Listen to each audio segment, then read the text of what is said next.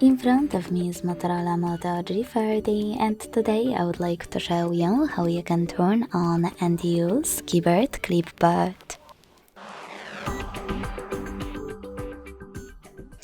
Begin by launching your keyboard and clicking on Clipboard at the top of it. Then use this switcher at the top right corner to activate it. And then to use it, tap on this arrow at the top left one to go back to standard keyboard.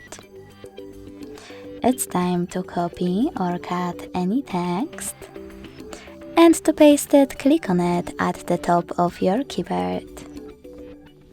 You can also paste it by accessing Clipboard and tapping on it here.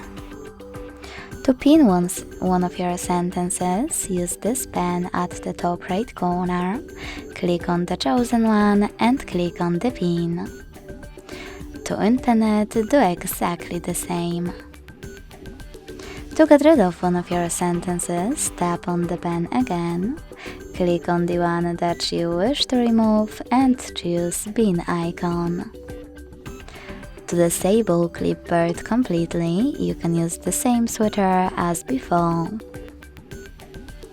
Thanks so much for watching. If you enjoyed this video, leave a like, comment and subscribe.